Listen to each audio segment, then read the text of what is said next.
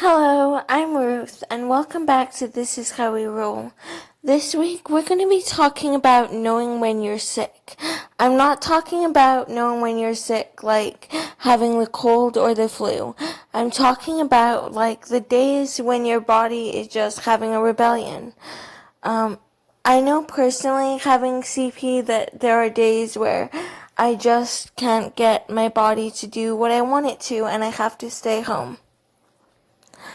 I feel like no matter what your condition or disability is, there will be days when you feel this way, so I want to help you, give you some tips and tricks to identify if you're really having a hard day and you need to stay home, or if you're just like groggy in the morning, like having a headache. I know personally, waking up is never one of my favorite parts of the day.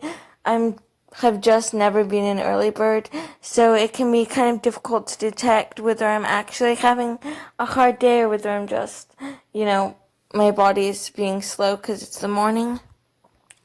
I know the difference between these two feelings now, but it took me a while to figure it out, like a good couple of years.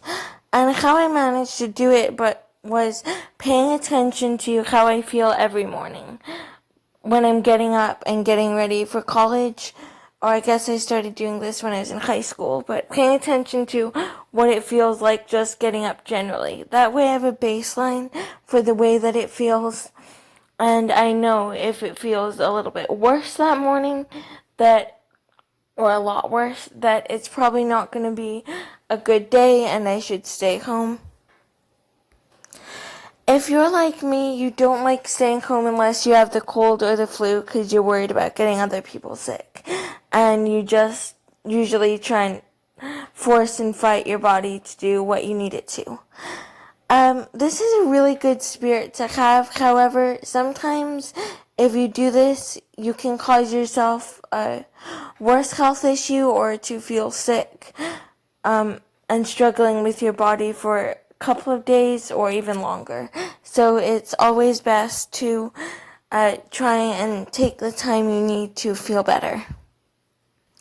One thing that does make it a little bit difficult to tell whether I'm having a hard day and feeling sick or whether I'm just having a hard morning is that it's very often not detectable the night before. So I can go to bed feeling perfectly fine, and then when I wake up, I realize it's not going to be a good day. Or vice versa, I can go to bed feeling really in a difficult situation and not feeling good, and I can wake up being like perfectly fine.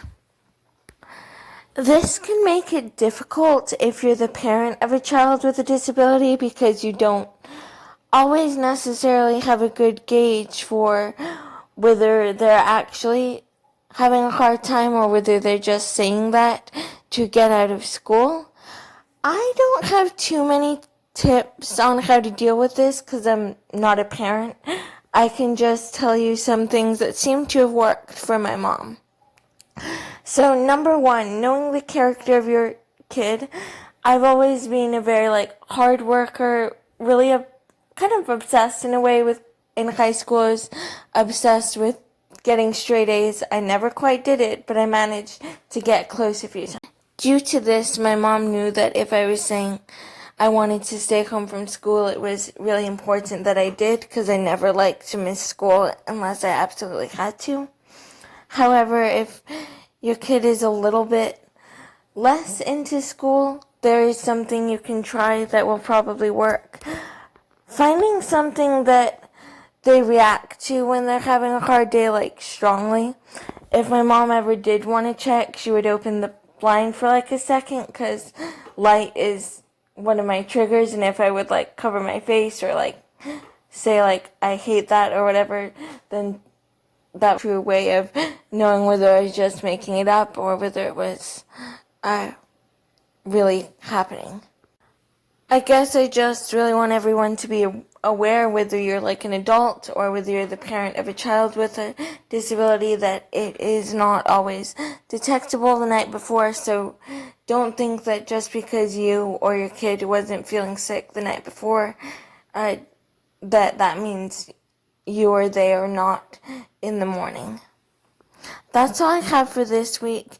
Thank you for watching, and until next time, remember, we're all different, so just roll with it.